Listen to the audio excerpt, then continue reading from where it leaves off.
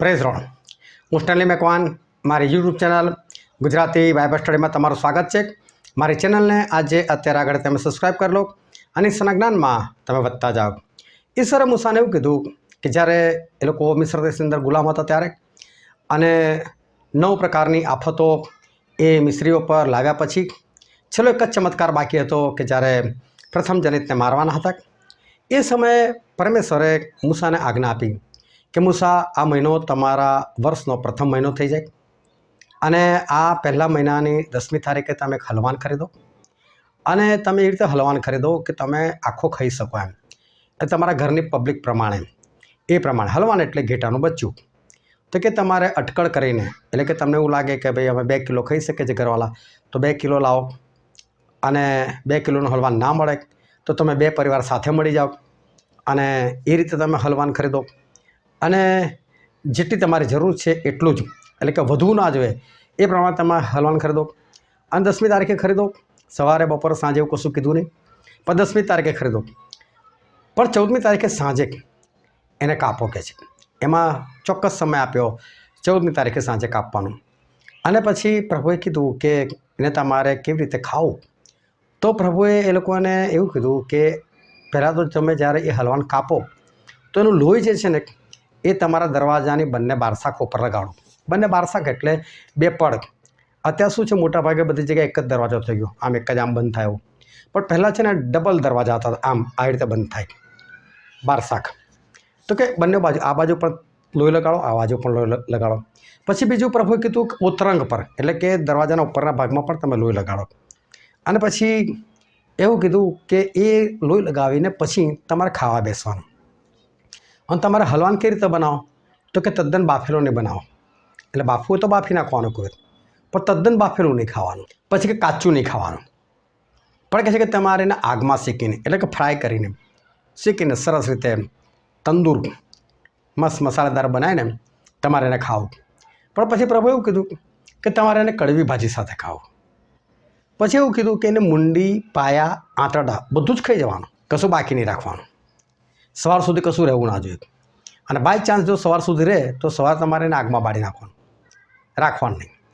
પછી પ્રભુએ એવું કીધું કે એને તમારે છે કડવી ભાજી સાથે ખાવું। કડવી ભાજી સાથે એક બાજુ હલવાનમાં ટેસ્ટ છે ટેસ્ટફુલ બનાવ્યું છે પણ ખાવાનું એને કડવી ભાજી સાથે તો કડવાશ જ જાય અંદર। તો પ્રભુએ કીધું આ રીતે તમારે ખાવું। પછી કે તમે જ્યારે ખાવા માટે બેસો ને તો પગરખા પહેરીને એટલે કે ચંપલ પહેરીને હાથમાં લાકડી લઈને એટલે જમાનામાં બધા બહાર સફર નીકળે તો હાથમાં ડાંગ હોય કેમ રસ્તામાં ડાકુ પણ મળી શકે અને જંગલી જાનવરો પણ મળી શકે એ લોકોનો સામનો કરવાનો હોય એટલે લાકડી હંમેશા જોડે રહે એટલે કે લાકડી લઈને તમારે એક હાથમાં લાકડી પકડવાની એક હાથે ફટાફટ ખાવાનું અને પ્રભુએ કીધું તમારે એને ફટાફટ ખાઈ લેવાનું કે છે ઉતાવળે ખાઈ લેવાનું કે અને પછી એવું કીધું કે આ યહોવાનું પાસખા છે કે તો ઈશ્વરે આવી આજ્ઞા કેમ આપી આ બધું લખેલું છે નિર્ગમનના પુસ્તકમાં તેના 12મા અધ્યાયની અંદર। તો ઈશ્વરે આવી આજ્ઞા કેમ આપી ઈશ્વરે કેમ કીધું તમારે પાસખાનું હલવાન આ રીતે ખાવ આ પાસખાના હલવાનની અંદર શું રહસ્ય સમાયેલું છે એ જાણવા માટે આ વિડીયોને તમે આખો જુઓ।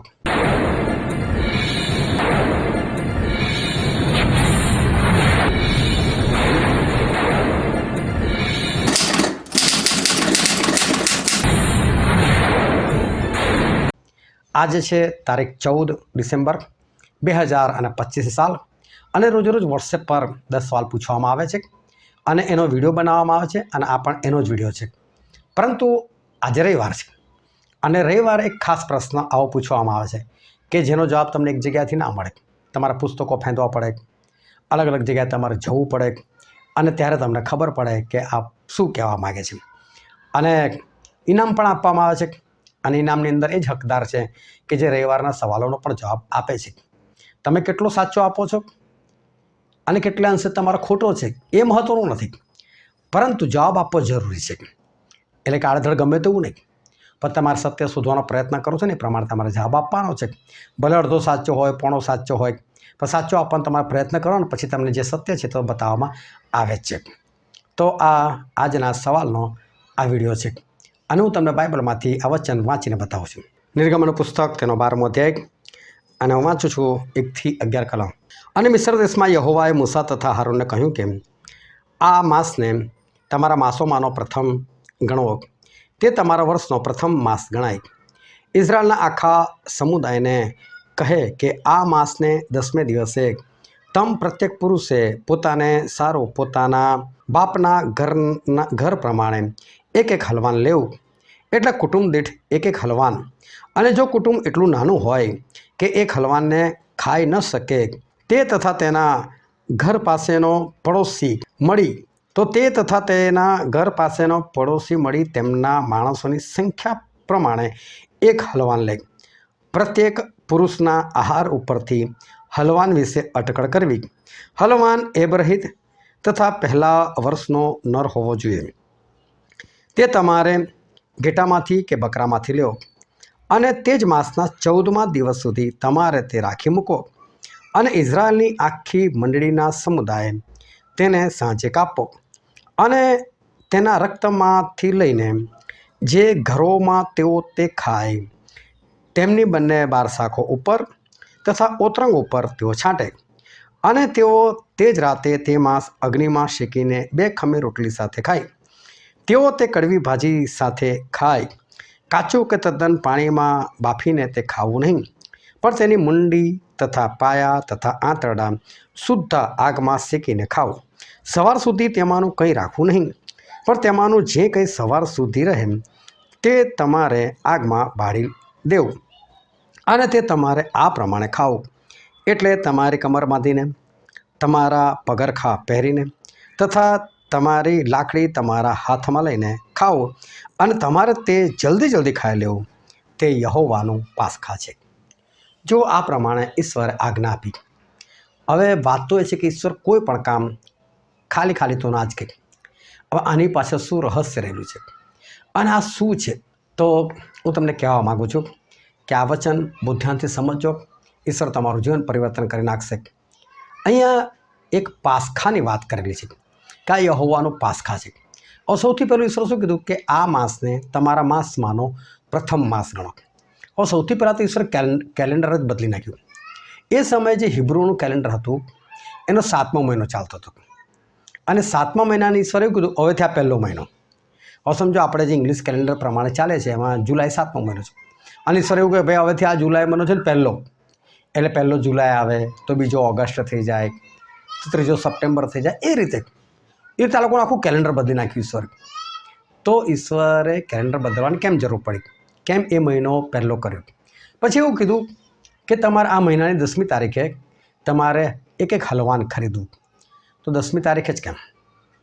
ચલો પછી એવું કીધું કે ને 14મી તારીખે સાંજે, એમાં પરફેક્ટ ટાઈમ સાંજે, બધાએ ભેગા મળીને આખી ઇઝરાયલ મંડળીએ એને સાથે કાપવો.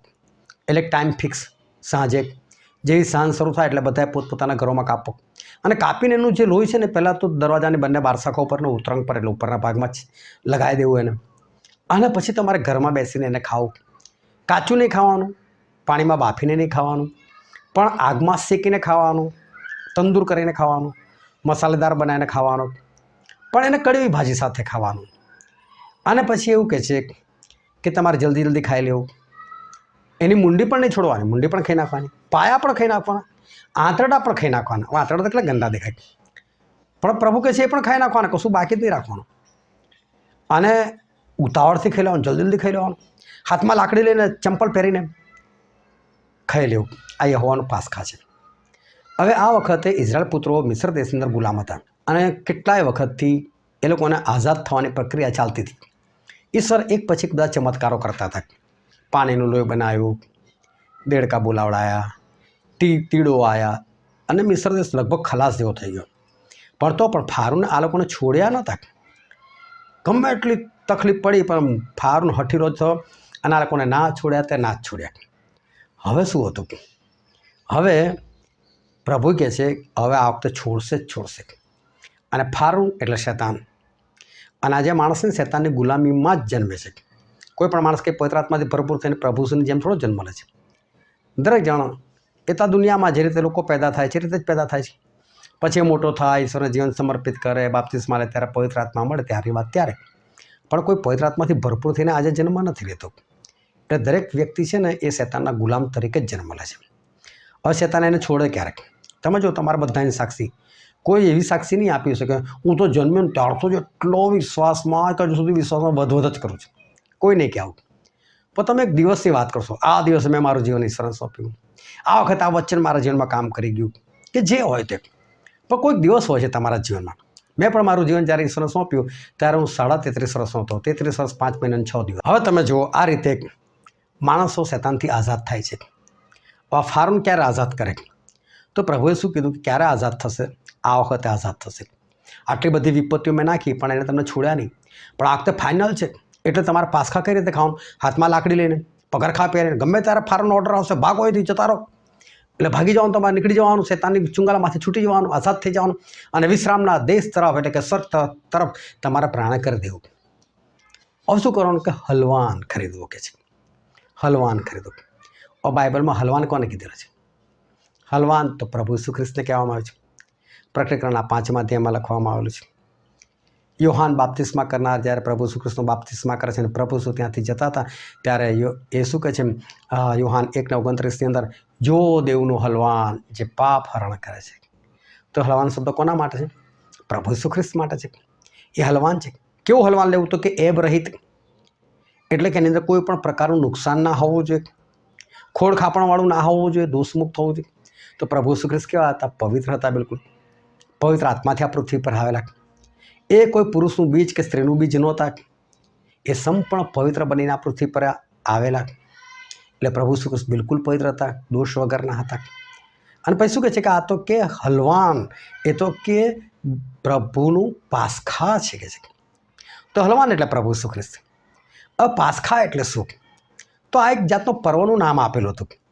પરંતુ 1 કોરિન્થી 5મો અધ્યાય 7મી કલમ હું તમારે આગળ વાંચું છું. તમે જૂના ખમીરને કાઢી નાખો, જેથી તમે 2 ખમીર છો, તેમ તમે પણ નવા લોદારૂપ થઈ જાઓ. કેમ કે આપણા પાસખા યજ્ઞ ખ્રિસ્તનું બલિદાન પણ આપણી વતી આપવામાં આવ્યું છે. આપણા પાસખા યજ્ઞ ખ્રિસ્તનું બલિદાન. તો પાસખા કોણ હતું? પ્રભુ ઈસુ ખ્રિસ્ત પોતે હતા. તો આ હલવાન બીજું કોઈ નહીં, પાસખાનો હલવાન એ પ્રભુ ઈસુ ખ્રિસ્ત છે. પણ વાત તો એ છે કે એને પહેલા મહિનામાં ખરીદવાનું, હલવાનને. હલવાન એટલે પ્રભુ ઈસુ ખ્રિસ્ત. પહેલા મહિનાની 10મી તારીખે ખરીદવાનું અને 10મી તારીખથી લઈને પછી 14મી તારીખે સાંજે કાપવાનું. और 10મી તારીખે તમે ક્યારે ખરીદો છો એનાથી કોઈ મતલબ નથી, પરંતુ તમારે એને કાપવાનો છે ક્યારે? 14મી તારીખે. હવે પ્રભુ ઈસુ ખ્રિસ્ત શું કહે છે? હું પ્રથમ તથા છેલ્લો છું, હું અનાદિકાળથી અનંતકાળ સુધી ટકનાર ઈશ્વર છું. એમના આયુષ્યનો કોઈ અંત નથી અને કોઈ શરૂઆત નથી.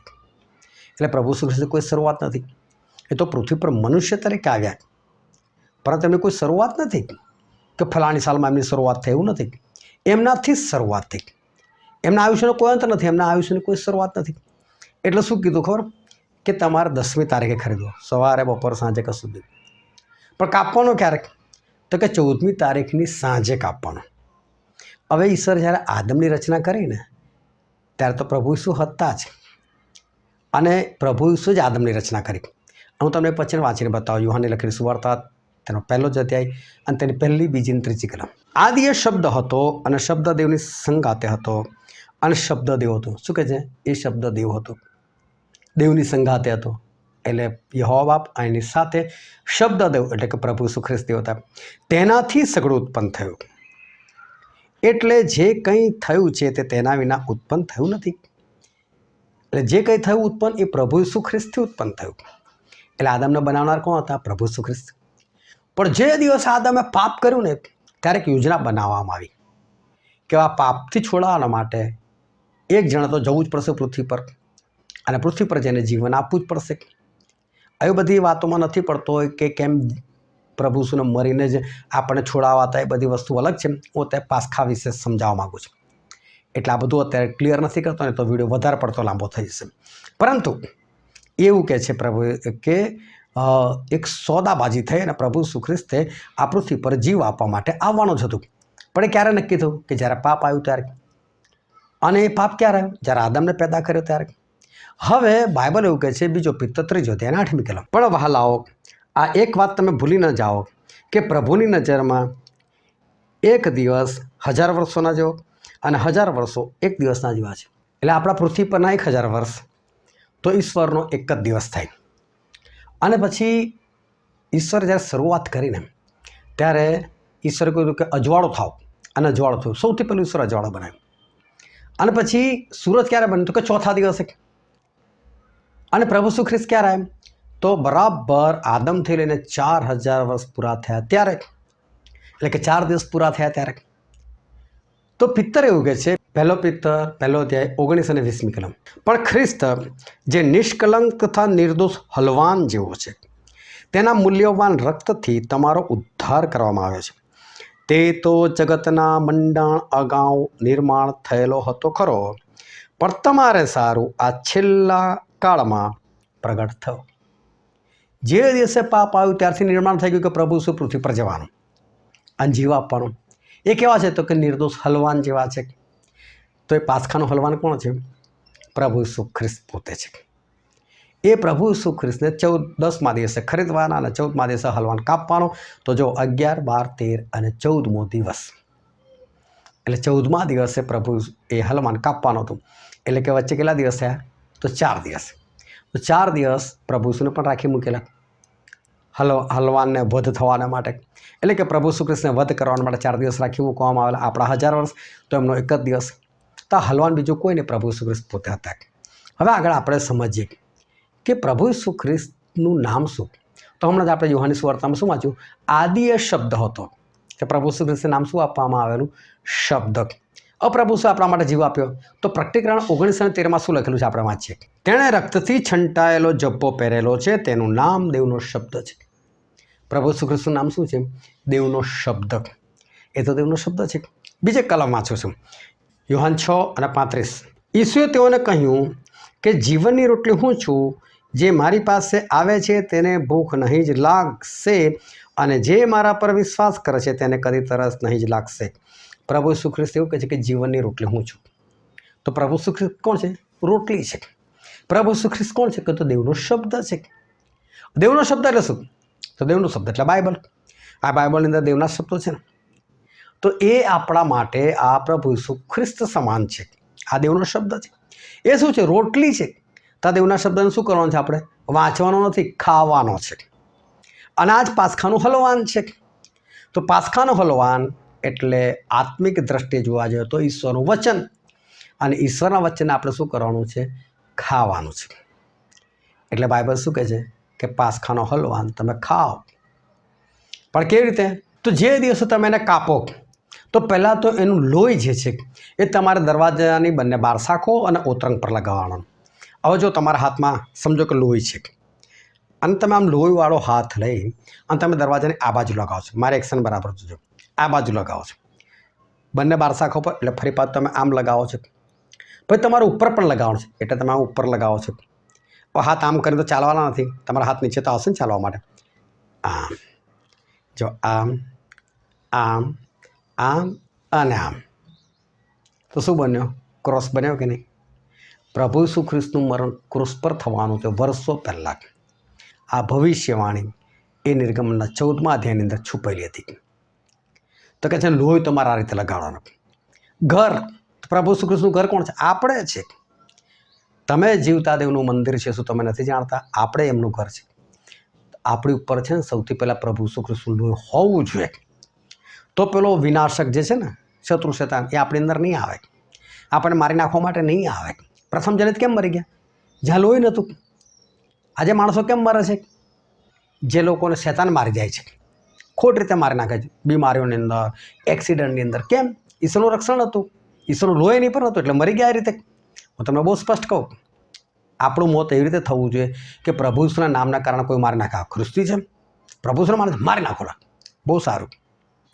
પરંતુ બીમારીની અંદર, શ્રાપોની અંદર, એક્સિડન્ટની અંદર આપણું મરણ ના થવું જોઈએ. એ ખોટું છે. એવું ક્યારે થાય? કે જ્યાં તમે પ્રભુ ઈસુના લોહીમાં ઢંકાયેલા નથી. તો હલવાના રક્તમાં સૌથી પહેલાં ઢંકાઓ. એના પછી તમે આ બાઇબલ એટલે કે હલવાન એટલે કે દેવનું વચન, દેવનો શબ્દ, એ હવે તમે ખાઓ. તો આ બાઇબલને છે ને ખાવાનું છે. પણ કઈ રીતે ખાવાનું? તો કે આગમાં શેકીને. એટલે જો તમે કોઈ પણ વસ્તુ આગમાં શેકવા જાઓ ને, એટલે આગ સળગાવવી પડે, બધી વ્યવસ્થાઓ કરવી પડે, મસાલાની, અને પછી તમે એને શેકીને ખાઓ. એટલે બાઇબલ છે ને ગમે તેમ નહીં વાંચવાનું, યોગ્ય રીતે વાંચવાનું, મસાલેદાર બનાવીને વાંચવાનું. બીજું શું કહે છે કે તમારે એને કડવી ભાજી સાથે ખાવાનું. આવો જો કડવી ભાજી સાથે બધું કડવાશ આવી જાય તો બાઇબલનું વચન છે ને બહુ સરસ છે. પ્રકટીકરણમાં યોહાનને કીધું ને, લે યોહાન કહે છે આ ઓળ્યું તું ખાઈ લે કે છે, એ તને મોંમાં તો મધ જેવું લાગશે પણ પેટમાં કડવું થઈ જશે. એટલે ઈશ્વરનું વચન છે ને મોંમાં તો સરસ મધ જેવું મીઠું લાગે, પણ તમે એને પાચન કરીને તમે એ પ્રમાણે જીવવા જાઓ ને ત્યારે કડવું લાગે. અમારે શું કેટલું સરસ શીખવાડે છે, અમારે શું કહે મારફાળ નથી શીખવાડતા. એક ગાલ પર કોઈ તમાચો મારે તો અમારે બીજો ગાલ ધરવાનો એવું અમને શીખવાડે છે. અમારા દેવ જેવા તેવા નથી, જોરદાર છે, કેવું મીઠું મીઠું લાગે છે. પણ કોઈ ખરેખર થપ્પડ મારે ત્યારે કેવું થાય છે, ત્યારે બીજો ગાલ ધરો છે, કડવું લાગે છે કે નહીં? નથી કરતા. ખાલી કોઈ તમારે આમ જુઓ ને, અરે કોઈ તમને ખાલી લગ્ન પ્રસંગમાં તમારો કોઈ સગું ખાલી તમને આમ જોઈને જતું બી રહે ને, મારે સામે જુઓ મને બોલાયો નહીં, પણ એને વિચાર કે મેં બી નહોતો બોલાયો. બોલો કેવો ભૂંડો વિચાર, મને બોલાયો નહીં, કેવો ઈગો હર્ટ થાય છે. તો પછી ગાળ પર તમાચા મારવાની તો વાત જ ક્યાં આવે, બીજો ગાલ ધરવાની તો વાત જ ક્યાંથી આવે. પણ પ્રભુ શું કહે છે, કડવી ભાજી સાથે ખાઓ ભાઈ, કડવું લાગશે, પાડવું હશે તો વચન. એટલે વચનને છે ને આગમાં શેકીને મસાલેદાર બનાવીને ખાઓ. અને મસાલેદાર કેમ બનાવીને ખાવાનું? તો તમને વાંચવાનું મન થાય, ખાવાનું મન થાય. પછી આગળ બીજું શું લખેલું હતું કે તમે કાચું કે તદ્દન પાણીમાં બાફેલું ખાવું નહીં. એટલે ઘણા બધા લોકો તો છે ને પેલે એને શું કહે રાશિ ના જોતા હોય એ રીતે બાઇબલ વાંચે. સવાર ઉઠી ફટાફટ ખોલો બાઇબલ ખોલો અને આમ કરીને ખોલીને આંગળી મૂકે, ઓ પ્રભુ આજનું આ વચન. એ જણ પાછું આવું નક્કી કરેલું કે પ્રભુ રોજ આવી તો વચન ખોલીશ, જે વચન આવશે ને એ વચન હું વાંચીને એ પ્રમાણે જ એ દિવસ કાઢીશ. અને એક દિવસ એણે જેવું વચન કાઢ્યું ને તો કયું વચન આવ્યું તમને કહું. માથીની સુવાર્તા અને 27મો અધ્યાય 5મી કલમ. અને એવું લખેલું છે, પછી મંદિરમાં રૂપિયા ફેંકી દઈને તે નીકળ્યો અને જઈને ગળે ફાંસો ખાધો. તો ચમક્યો, મારે ફાંસો ખાવાનો? મેં તો નક્કી કર્યું જે આવશે એ પ્રમાણે વાંચીશ, એ પ્રમાણે કરીશ. ગળે ફાંસો ખાવ? ના ના પ્રભુ, આ વચન મારા માટે નથી, આ વચન મારા માટે નથી. બાઇબલ બંધ કરી દીધું. પ્રભુ ફરી ખોલું, ફરી મને કોઈ સારું વચન આપો. એટલે પાછું ફરી ખોલ્યું, ફરી આવ્યું પાછું માથીનો 5મો અધ્યાય અને તેનું વચન આવ્યું 37મું વચન. વઅહીં શું લખેલું છે, પણ તમારું બોલવું તે હાનું હા ને નાનું ના હોય, કેમ કે એ કરતાં અધિક જે કંઈ છે તે ભૂંડાથી છે. એ તમે જેવું બોલો ને એવું જ કરો, પલટી નહીં જવાનું. એ તો બધું ભૂંડાથી શેતાનથી છે. તે નક્કી કરેલું કે જે વાંચીશ જે આવશે એ જ પ્રમાણે કરીશ. તો ખા ગળે ફાંસો, એનો મતલબ તેવો હતો. નાના પ્રભુ આ વચન મારા માટે નથી, ફરી પાછું આ વચન મારા માટે નથી. ફરી ત્રીજો વખત વચન કાઢ્યું. અને આ એવું યોહાને લખેલી સુવાર્તા તેનો 13મો અધ્યાય 27મી કલમ. અને કોળીઓ લીધા પછી તરત તેનામાં શેતાન પેઠો, માટે ઈસુ તેને કહે છે કે તું જે કરવાનો છે તે જલ્દી કર. ત્રીજો વચન આવું, ભાઈ જે કરવાનું છે જલ્દી કર ભાઈ, કાં તો ફાંસો ખાવાનો છે, તે નક્કી કરેલું. બાઇબલ મૂકી તો ભૂલથી આને વાંચવું જ નહીં કે જવાય. વિચાર કરો, માણસો આવી રીતે બાઇબલ વાંચે. બાઇબલ કહે છે પાણીમાં બાફેલું નહીં ખાઓ, કાચું નહીં ખાઓ, વ્યવસ્થિત ખાઓ. હું તમને કહું છું ઉત્પત્તિ પહેલું પુસ્તક કેમ છે અને પ્રકટીકરણ છેલ્લું પુસ્તક કેમ છે. ઉત્પત્તિ પહેલું એટલા માટે છે કે એમાં દુનિયાની શરૂઆત લખેલી છે. પ્રકટીકરણ છેલ્લું એટલા માટે છે કારણ કે એમાં અંતની વાતો લખેલી છે. અને તમે ઉપરથી નીચે ના વાંચો ગમે તો કદી ગીતશાસ્ત્રમાંથી ને કદી યહોશુઆનું પુસ્તક ને કદી માથીની સુવાર્તા, તમને શું ખાક સમજ પડવાની બાઇબલમાં? આવું પાણીમાં બાફેલું તદ્દન કાચું નહીં ખાવું ભાઈ. કેમ ઈશ્વરે ક્રમ આપેલો છે ઉત્પત્તિ, કેમ છેલ્લું પ્રકટીકરણ, એ જ પ્રમાણે વાંચો તો તમને ખબર પડે શરૂઆતમાં શું થયું પછી શું થયું. આજે કેટલીક વખત હું તો ઉપદેશ કરતો એ લોકોને જોતો છું. આમ પેલા હિબ્રુઓનો પત્ર કાઢો તો કેટલાક તો જૂના કરારમાં શોધતા હિબ્રુઓનો પત્ર છે કે વાંચ્યું હોય તો ખબર પડે, લાઇનમાં વાંચ્યું હોય તો ખબર પડે, પહેલાં પછી કયું પુસ્તક આવે. એટલે માણસને ખબર નથી પડતી. પાણીમાં બાફેલું કે કાચું નહીં ખાવું, વ્યવસ્થિત રીતે ખાવું. બાઇબલને ખાવાનું છે, ટેસ્ટફુલ બનાવીને ખાવાનું છે. કડવી ભાજી સાથે ખાવાનું, જે લખેલું પાડવાનું છે, બસ દેખી જાયગી. મારા પ્રભુનું વચન છે, પાડો એમ. પછી શું લખેલું છે, મુંડી પાયા આંતરડા સહિત ખાવું. ખાય છે મુંડી, ઘણા બધા લોકો ખાય છે, પણ ઘણા નથી ગમતી. પાયા એ પણ ઘણા લોકો ખાય છે, પણ ઘણા નથી ગમતા. પણ આંતરડા તો લગભગ કોઈ જ નથી ખાતું. એ દેખાવમાં જ ગંદા લાગે છે.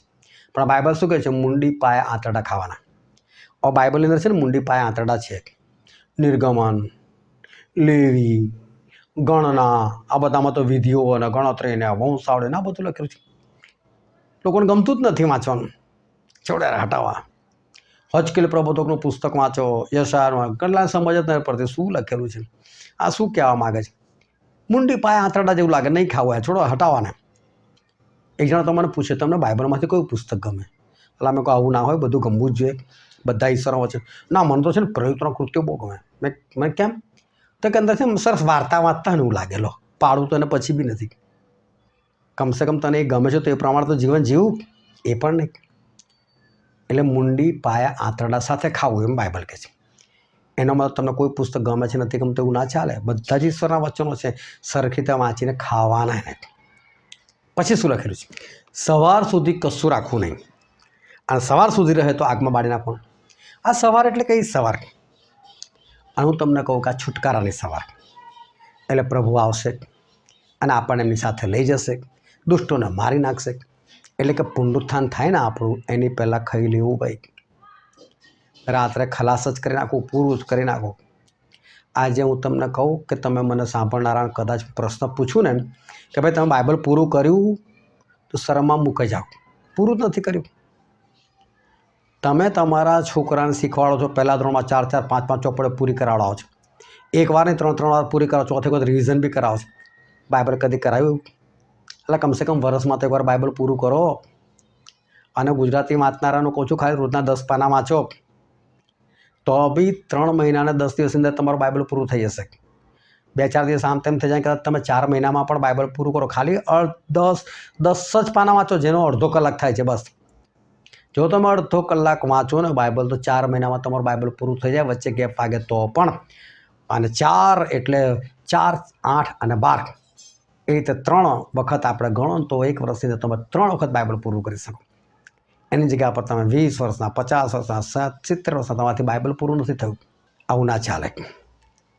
આને ખાવાનું રાખો, મુંડી પાયા આંતરડા સાથે આગમાં શેકીને સરસ રીતે ખાતા શીખો. એને જલ્દી ખાઈ લેવું એને, કારણ કે છુટકારાનો દિવસ છે.